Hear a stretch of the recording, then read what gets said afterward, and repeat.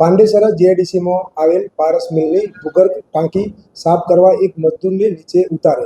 જે મજદૂર કોઈ ગુંગળામણથી અથવા અન્ય રીઝનથી બેભાન થઈ ગઈ. જે મજદૂરને બચાવવા અન્ય 3 મજદૂર પણ ભૂગર્ભ ટાંકીમાં ઉતરે. જે આધારે અગમ્ય કારણોસર ચારે મજદૂર બેભાન થઈ છે તો મેનેજમેન્ટ સ્ટાફ દ્વારા ચારે મજદૂરને બહાર કાઢી ડિંડોલી સ્થિત બાબા મેમોરિયલ હોસ્પિટલ ખાતે દાખલ કરેલ. ત્યાં દાખલ કરેલ પૈકી એક મજદૂર જેનું નામ સોનુ કુમાર કમલેશ પાસવાનને ડૉક્ટરશ્રીએ મૃત ઘોષિત કરેલ.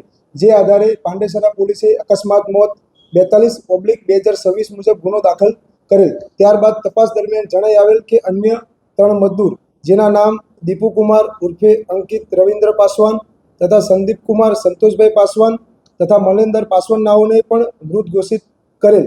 તપાસ દરમિયાન હકીકત જણાઈ આવેલ કે કોન્ટ્રાક્ટર વિનોદભાઈ ગુપ્તા નાઓએ પોતાના આર્થિક લાભ સારું તથા કોઈ પણ સેફ્ટીના સાધનો રાખેલ નહીં અને ભૂગર્ભ ટાંકી સાફ કરવા માટે મજદૂરને ઉતારે. જે આધારે વિનોદભાઈ ગુપ્તા તથા અન્ય જવાબદાર અધિકારી વિરુદ્ધ પાંડેસરા પોલીસ સ્ટેશન દ્વારા શાહ અપરાધ મનુષ્યવધનો ગુનો દાખલ કરેલ. આગળની તપાસ મહેરબાન પોલીસ કમિશનર સાહેબશ્રી તથા સેક્ટર 2 સાહેબશ્રી તથા ઝોન 4 સાહેબશ્રી તથા એસીપી સાહેબશ્રીના માર્ગદર્શન હેઠળ ચાલુ છે.